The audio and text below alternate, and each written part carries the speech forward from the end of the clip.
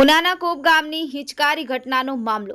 પોલીસે બંને આરોપીઓનું કોપ ગામમાં કાઢ્યું સરઘસ. મહિલાના ઘરમાં ઘૂસી હિંસક હુમલો કર્યા બાદ થયા હતા ફરાર.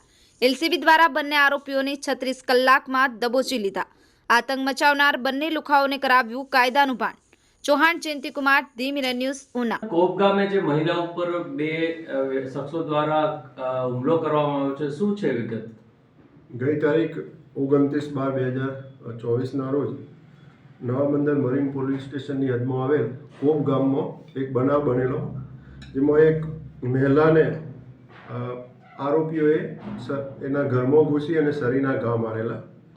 જે બાબતે નવા બંદર મરીન પોલીસ સ્ટેશન ખાતે ખૂનની કોશિશનો ગુનો દાખલ કરવામાં આવેલો છે.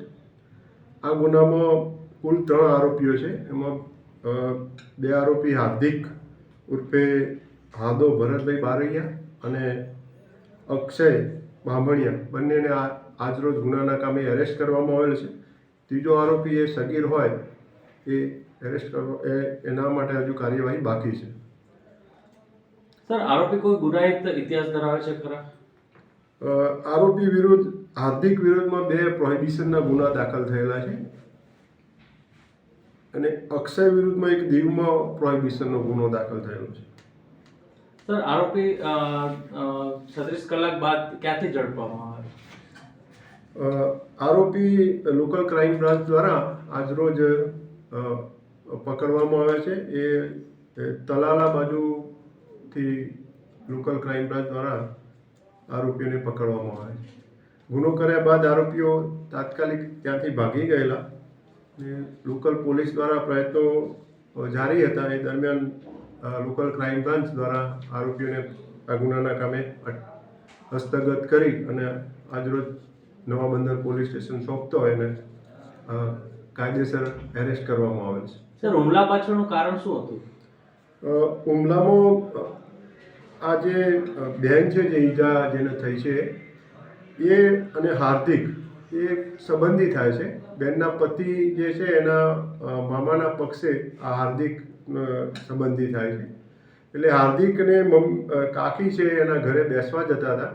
એટલે કાકીને આ ચડામણી કરે છે નું પાનું રાખી અને અગાઉ પણ બોલાચાલી ઝઘડો થયેલો અને બનાવના દિવસે દીવ ખાતે પણ એ સામસામા દીવ ગયેલા બેન અને એની દીકરી. તો દીવમાં આ બંને આરોપીઓ મળ્યા ત્યારે બોલાચાલી થયેલી. એની અદાવત રાખી અને ઘરે આવી અને આ બહેનને ઈજા કરેલી.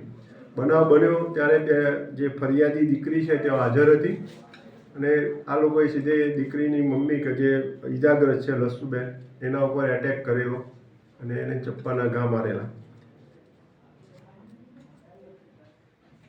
હાય, હું છું ક્રુઝિન સિંઘાનિયા. આપની આસપાસના સત્ય સમાચાર જાણવા માટે જોતા રહો દીવ મિરર ન્યૂઝ. અને હા, લાઈક અને સબસ્ક્રાઇબ કરવાનું ભૂલતા નહીં. Thank you. નમસ્કાર મિત્રો, હું ફિરોઝ ઈરાની. આજે તમને એક નવી વાત કરવા આવ્યો છું. દીવ મિરર ન્યૂઝ જોતા રહો, સબસ્ક્રાઇબ કરવાનું ભૂલતા નહીં અને શેર કરવાનું પણ ભૂલતા નહીં. સત્યની સાથે જોડાતા રહો. નમસ્તે મિત્રો, હું છું ચાંદની પરમાર. આપની મનપસંદ ચેનલ એટલે કે દીવ મિરર ન્યૂઝ ચેનલને લાઈક કરો, શેર કરો અને ફોલો કરો. અને હા, તેમાં દરરોજ તાજા સમાચાર જોવાનું ભૂલશો નહીં. દીવ મિરર ન્યૂઝ, દરરોજ લાઈવ અપડેટ. ગુજરાત રાજ્ય, દેશ, દુનિયાના તમામ બ્રેકિંગ સમાચારો નિહાળો દીવ મિરર ન્યૂઝ ચેનલ પર.